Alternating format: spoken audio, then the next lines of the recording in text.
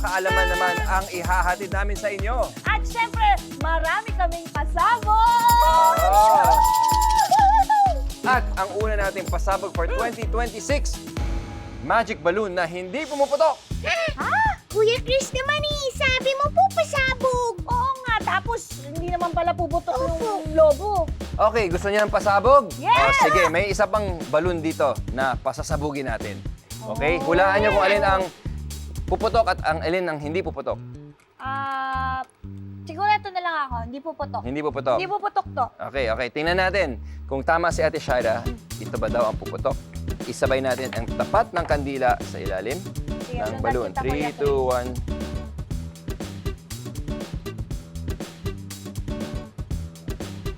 Parang hindi pumuputok. Go! Pumutok! Ayun na! Pumutok! Ay, hindi Oh, pumutok diba? yung pinili Ah. ko. Pumutok ito. Ito hindi. Bakit? Ano po bang magic dun sa balloon? Oo nga. Ay, Ah. alam ko na. Siguro metallic yung balon na ginamit mo, Kuya Chris. Kaya mas matibay. Aba, hawakan mo. Metallic ba yan? Ay, oo nga. Hindi, oh. Baka may magic yung hangin sa loob.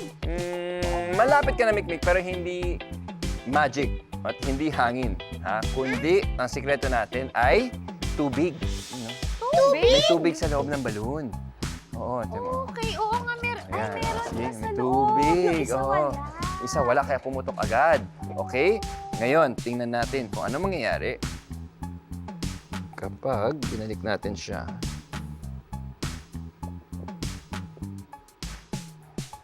So, ang tubig sa loob ng balloon ay nag-absorb ng heat na galing sa kandila. Kaya nag-distribute niya yung heat around the balloon or na-absorb niya. Hindi nakakoncentrate sa isang point ng goma ng balloon. Kaya hindi siya basta-basta na pumuputok.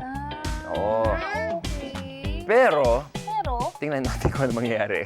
Ang theory ko, ang hypothesis ay, eventually, pag hindi na niya kayang i-absorb ang init at maprotektahan ang balloon, dapat bibigay na rin ang balloon at puputok. Tingnan natin kung yan ang mangyayari dito. Ayan, kasi napaka-effective ng water sa pag-distribute ng heat. Tinasa natin ng konti yung candle para mas tama. matindi yung init. Ayun na! Ayun na! Ayun na!